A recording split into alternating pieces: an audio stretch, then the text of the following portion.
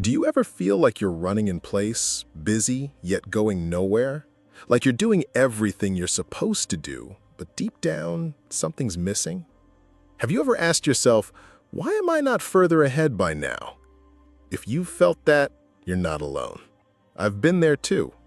But the truth is, real change doesn't come from one big moment. It comes from small, consistent habits that quietly transform everything. Today, I'm going to share with you 5 habits that completely reshaped my life. They're simple, practical, and rooted in Stoic wisdom, designed to build discipline, clarity, and unshakable momentum. If you're ready to stop feeling stuck and start becoming the person you were meant to be, this is for you. Before we dive in, make sure to hit that subscribe button. This channel is here to guide you through personal growth, mental mastery, and the power of perspective. Now, let's get started. 1. Morning mastery. Win the day early. Most people start their day reacting, scrolling, snoozing, rushing. But I flipped the script. I built a habit of waking up early, before the noise, to write, reflect, and set my intentions. Marcus Aurelius, the Stoic emperor, once wrote, "When you arise in the morning, think of what a privilege it is to be alive." That mindset changed everything. Before I cultivated this habit, my mornings were chaotic. The alarm would blare and I'd already feel behind. I'd check emails, social media, maybe respond to a few texts, and within 20 minutes, I was already overwhelmed. That chaos set the tone for my entire day. It wasn't just stressful, it was reactive. I was letting the world dictate my mindset before I'd even had a chance to breathe. It didn't feel like living, it felt like surviving. Now, my mornings aren't chaotic, they're sacred. I use that first hour to journal, review my values, and ask, what's in my control today? That single question is powerful. It clears my head, drowns out anxiety, and puts me back in the driver's seat. The beauty of early mornings isn't just the silence, it's the space. There's a stillness in the early hours that invites introspection and clarity. That's where I do my most important thinking. No distractions, no noise, just me and the present moment. I light a candle, pour a glass of water, and open my journal. Sometimes I write about gratitude. Other times I lay out my fears. But always I return to intention. Who do I want to be today? Mornings have become my mental gym. Just as you wouldn't expect your body to stay strong without movement, you can't expect your mind to stay focused without training. Reflection strengthens clarity. Planning reduces decision fatigue. Setting intentions shapes identity. And over time, I stopped needing to be pushed by external goals. I was pulled by an internal compass instead. Think about it. The way you start your day spills into everything else. If you start calm, you carry calm. If you start focused, you stay focused. My mornings became an active resistance against distraction, against fear, against apathy. Every sunrise was a fresh slate, a chance to build a better version of myself, brick by brick, thought by thought. 2. Do the hard thing first. One of the most life-changing habits I've adopted is doing the hard thing first. That one task you're avoiding, that's the one that builds resilience. The Stoics believed in voluntary discomfort, training your mind to lean into challenge rather than run from it. When I started this practice, it was uncomfortable. We all naturally avoid pain. The brain seeks ease, but ease doesn't build character. I realized the very things I avoided, whether they were uncomfortable conversations, a workout, or writing something vulnerable, were the things that shaped who I was becoming. And by doing them first, I took away their power to loom over me. I used to procrastinate tough tasks and wonder why my self-confidence was slipping. But when I began attacking those first, Whether it was a difficult conversation, a workout, or creative work, I noticed something profound. I felt stronger, sharper, more capable. I wasn't waiting for motivation, I was generating it through action. Confidence is not built by positive affirmations alone, it's built by proof. Every time you face discomfort and move through it, you're sending a message to yourself, I can handle this. That message compounds. Suddenly, you're not afraid of challenge, you welcome it. It becomes part of your identity. You start to see yourself as someone who doesn't flinch when things get hard. The Stoics practiced what they called premeditatio malorum, imagining the worst-case scenarios, not to become paranoid, but to train their minds to respond rather than react. When I started doing the hard things first, I was unknowingly living that principle. Instead of waiting for life to throw adversity at me, I chose small discomforts daily. Cold showers, early workouts, honest conversations, creative risks. It all added up. This practice has made me more disciplined, more honest, and more alive. It's not about masochism, it's about mastery. By taking on the hard things early, I free up my day to flow with greater ease. The lingering anxiety vanishes. The sense of accomplishment rises. I don't go to bed with guilt or regret. I sleep knowing I didn't run. I faced it. I did the thing. Number 3. Daily silence. Train the inner voice. In a world filled with constant noise, one of the boldest habits is to embrace silence.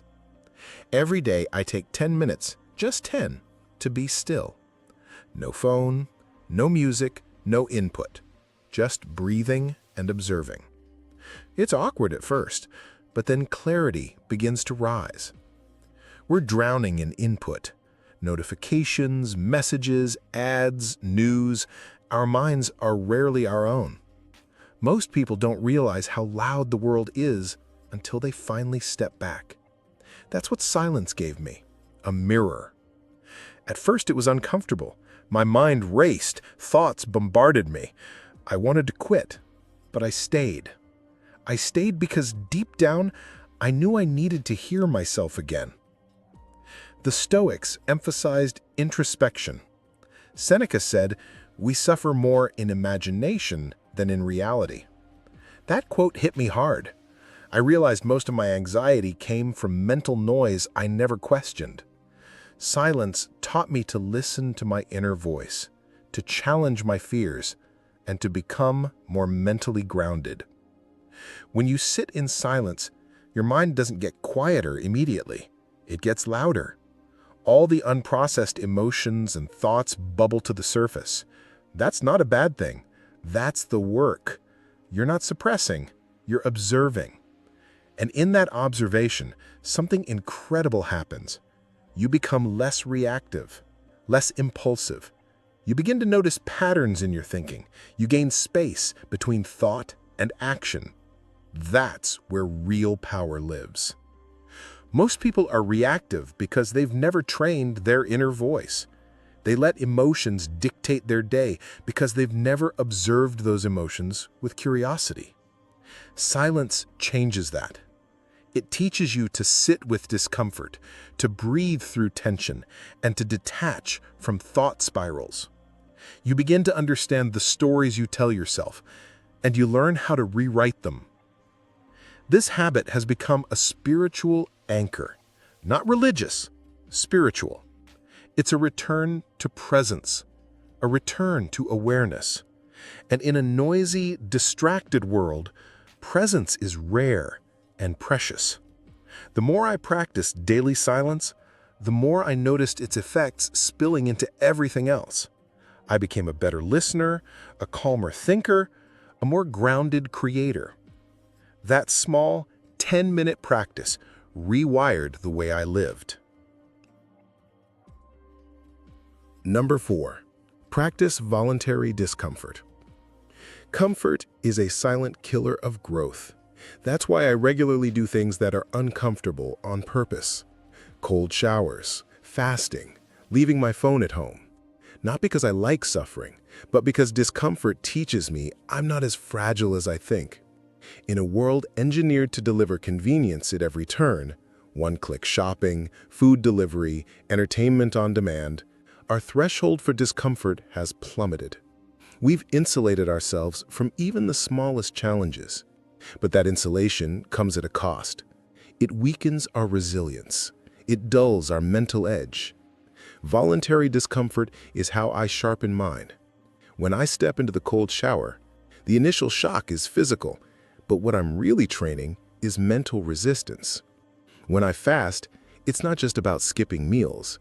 It's about reminding myself that I control my urges, not the other way around. And when I walk out the door without my phone, it's not to prove a point. It's to remind myself that I don't need to be reachable every second to be whole. These acts may seem trivial, but they're not. They're reps in the mental gym. They build fortitude. Stoic philosopher Epictetus said, "It's not things themselves that disturb us, but our judgments about them." That single insight changed how I experience discomfort. Pain, hunger, boredom, these are just sensations. It's our interpretation that magnifies them. When I deliberately choose discomfort, I learn to strip away the panic that usually accompanies it. Suddenly, hunger becomes just a signal, not a crisis. Boredom becomes space for creativity. Cold becomes clarity. And every time I survive what I once thought unbearable, my self-perception evolves. I stop seeing myself as fragile.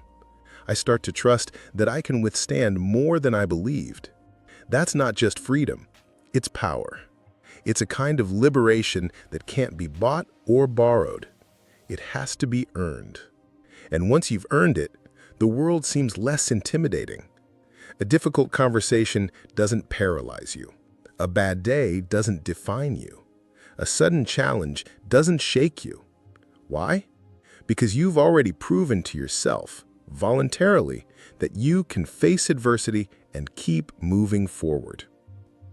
Voluntary discomfort also breeds gratitude. When you go without food for a day, the next meal tastes divine.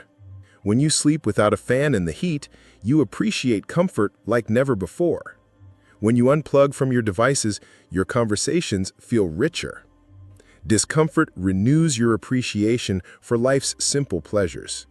It turns entitlement into thankfulness. And that shift changes your entire worldview.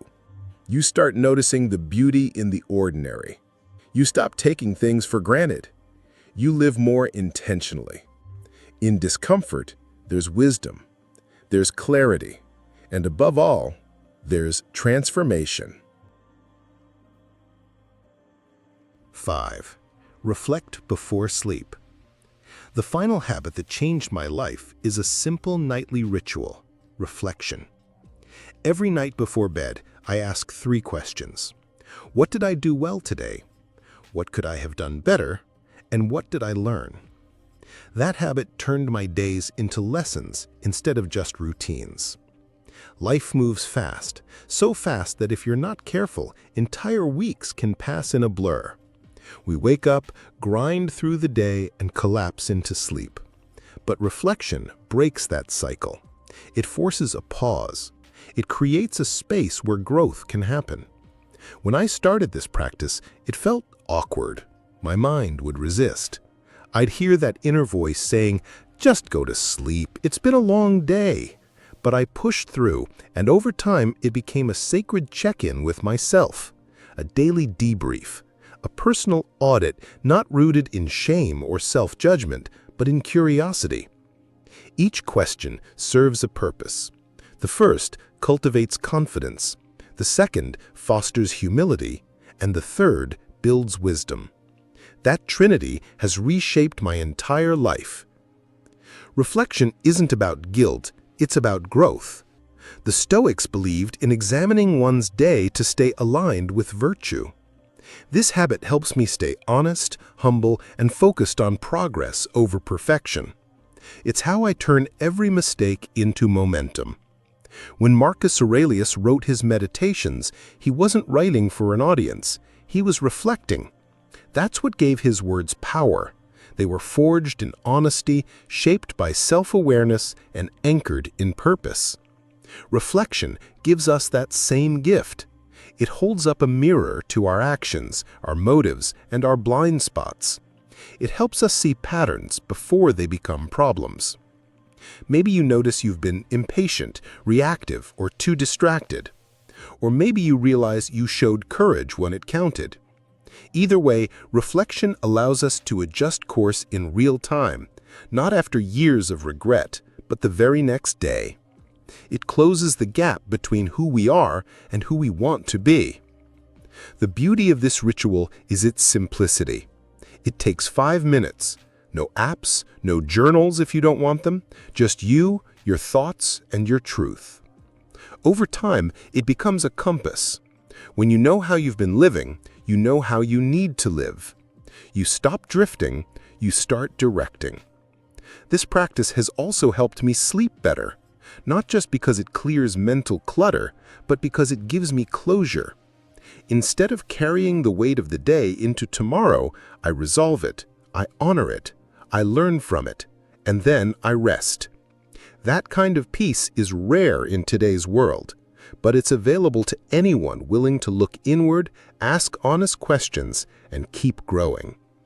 You don't need to be perfect, you just need to be present and willing to review the day with humility and courage.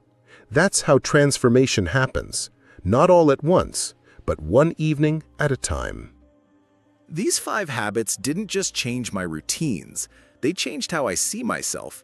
From morning clarity to nightly reflection, they gave me power over my thoughts, direction in my day, and peace in my progress. And the best part? They're not exclusive. You can start any of them right now. Start with 1. Commit. Stay consistent. You don't need to overhaul your life overnight. But if you build these daily disciplines, one by one, your life will shift faster than you think. If this video sparked something in you, don't forget to like and subscribe. Share it with someone who's ready to grow. Your next chapter isn't waiting for permission. It's waiting for a decision. Make it today.